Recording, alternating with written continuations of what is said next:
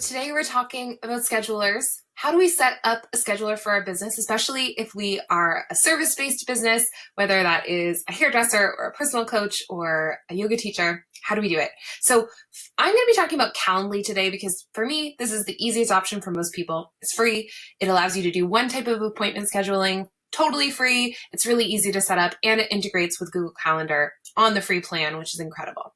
Acuity Scheduling, which is another big player in this space, is also great and does have a free plan, but that free plan doesn't include synchronization with your calendar. So a fat lot of good that does you, right? So if you're not familiar with the scheduler, this is kind of how it works. I have mine pulled up here for a check-in call for my program, The Foundry. And the way that I would do it, if I was somebody who was trying to schedule a meeting with me, so one of my clients would come into the calendar, okay, we're getting a little tight because this month is really busy. So I might see, okay, on Wednesday, next Wednesday, what does she have available? And it will show me all the times. I can choose a time. I can click confirm. I put in my information, I choose how I want to hold the call, and I schedule the event. I'm not going to schedule it right now because I don't want to add an extra thing to my calendar when it's just a test, but it would be done. Then I would get an email about it. My client would get an email about it, and I even have notifications turned on so it reminds them leading up to the event that they have a check-in call coming up.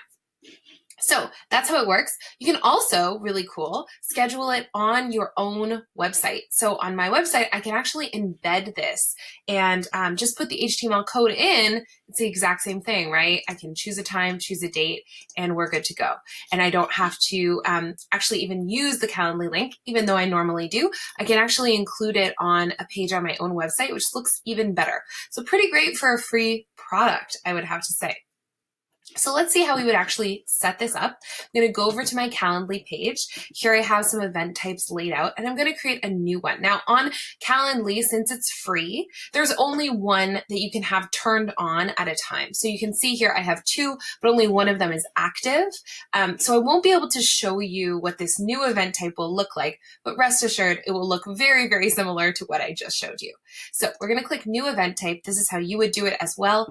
You're going to choose one-on-one. The group option is also really handy. If you've ever used something like Doodle, you know that finding a spot that works for everybody's calendar can be tricky. So they have this option too, but just keep in mind that it would be your one event type that would be allowed to be turned on. So if you would prefer this one-on-one option, I would go with that. So that's what we're going to do. So we're going to create a one-on-one option. I'm going to pretend that I am creating a new option for my discovery call. So I can have a discovery call as the name. The location, so if you were paying for a Calendly premium account, you could actually choose Zoom from this list and it would connect to your Zoom account. That way, when somebody sets up a call with you, it will automatically provide them with a link for how they can join the call on Zoom, which is so, so handy. I don't have that currently set up, but you could if you wanted to.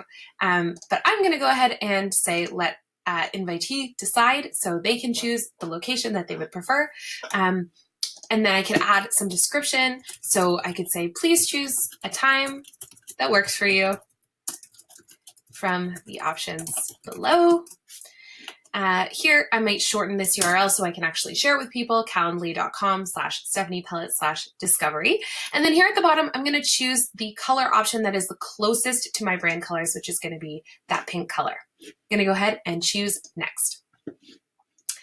Now we have a few different options for how we're going to set up this call. So first, how long do you want the call to be? 30 minutes is actually perfect for my purposes, but you can choose from the options they have available or choose custom minutes and put in, for example, 75. That would be a pretty long discovery call. I'm going to go with 30. Here it's asking, how long of a period of time would you like people to be able to schedule this call? So for now, currently, it's going to show them 60 rolling days. So 60 days in my calendar that they can choose from. I could also edit this. I could change it to a particular date range. That might be great for somebody who works as a wedding photographer, for example, and they want to set up a scheduler so that people can choose which date their wedding is going to be on. They may only want to put a certain range, like the next 3 months, for instance, that people can choose from. So you can really choose. I like rolling days and I'm happy with 60 days, so that's fine for me. What's really handy, it's in my event time zone. And then also the invitees are going to see the availability in their time zone compared to mine. So it's going to make it really easy to match it up.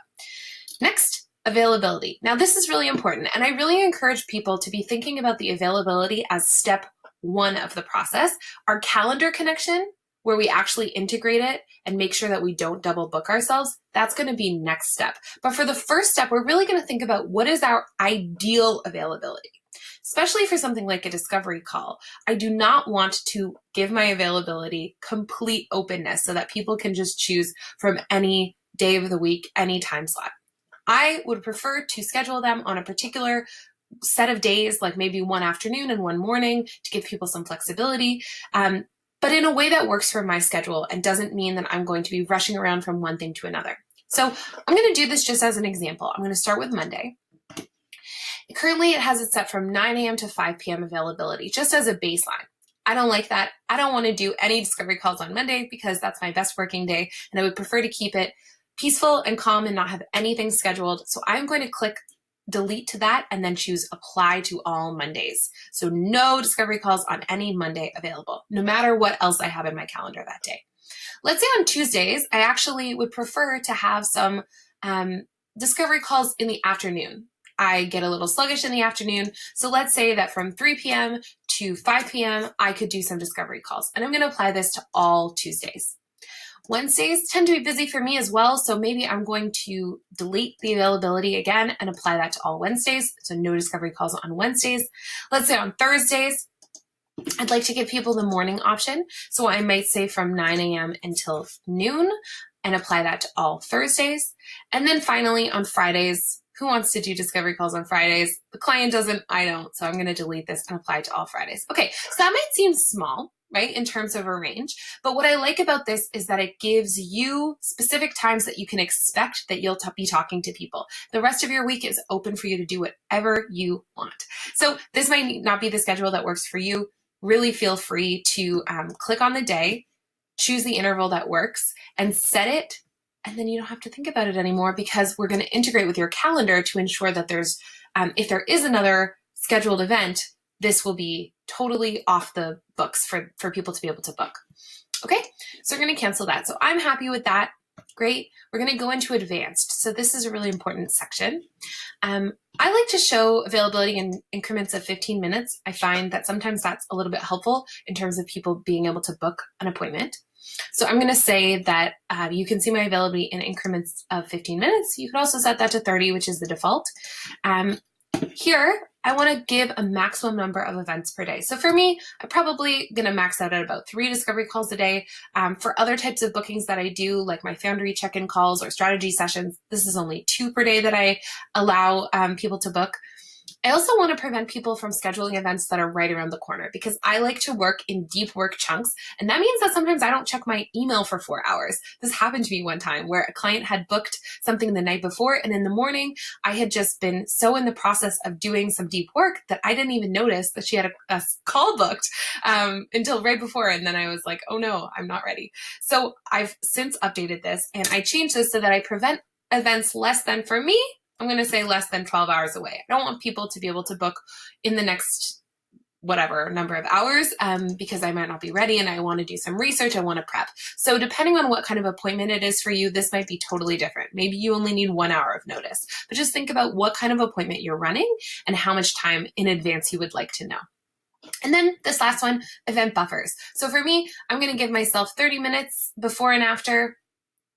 30 minutes before and after, so that if I, for example, am in another part of the city and I need to get somewhere quiet for a discovery call, I can do that. And I'm going to have a little bit of time. So this is going to take into account buffer for all the other event types that you have scheduled in your regular calendar as well. So that's going to be really handy. Okay, so we're going to click next. It's telling me I only have 1 event type on this plan. That I know. But one thing you can do on Calendly, even though you only have the free plan, is you can ask additional questions on the free plan. So it's going to automatically ask for their name and email, but you can also ask another question. So I could say, what are you hoping to discuss on our call? I would probably ask something a little bit more specific if I was going to actually use this for real. I'm going to give them multiple lines, but you can see you can ask for a lot of different types of information. I'm going to click apply. So for me, that's great. Here we have notifications are not able to be turned on in this free plan. So what I said earlier, what I meant was the calendar invitation, it will remind them in their own calendar.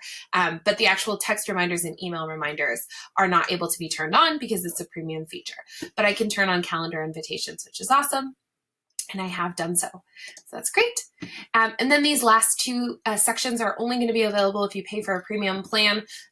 So it's going to display the confirmation page automatically. I can't add in another URL because I don't pay for premium.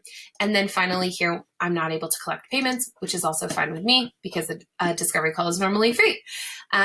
Which is perfect. So that is set up, right? That's completely done. If I was able to turn this on right now, then we will see a very similar setup to what we saw here. So it's going to look very, very similar. Just the availability will be different depending on what we had set for that call, for that event type. Okay? So now step 2 is we need to make sure that we are connected to our regular calendar that we use all the time. So whether you use Google Calendar or iCal, it's going to be really important to synchronize your regular calendar to this scheduler so that you don't get double booked on anything. So to do that, we're going to go up to our account and we're going, oh, I can't do it from here, but I have it set up over here. You go up to your account and then choose calendar connection here. So that's what I had already done. And I already have my calendar set up here. It's connected, which is awesome. But what's going to happen here down at the bottom is you need to configure it. So you want to choose which calendars you want to check for conflicts to prevent double bookings. So I've already set up which of my calendars I would like to check for conflicts. And then I also want to decide which calendar do I want Calendly to add new events to. And I've chosen my work calendar to get new events added to it. So that's how you set up a Calendly profile, a Calendly event type. And once you have this, then you're going to have a really easy to use link. So my link here is at the top, calendly.com. Stephanie Pellett /Foundry call, or like I showed you before, I can embed it on my website and actually have a place to send people that's really in my branding and in my colors and on my website. So it's really easy to share the URL. But whichever way you choose, it's really well integrated and it saves you so much time with back and forth in terms of scheduling appointments and not doing as many emails as we normally do. So I hope that's really helpful. If you have any questions, please let me know in the comments of this post or on this video, or get in touch at Steph Pellett on Instagram. I would love to hear from you.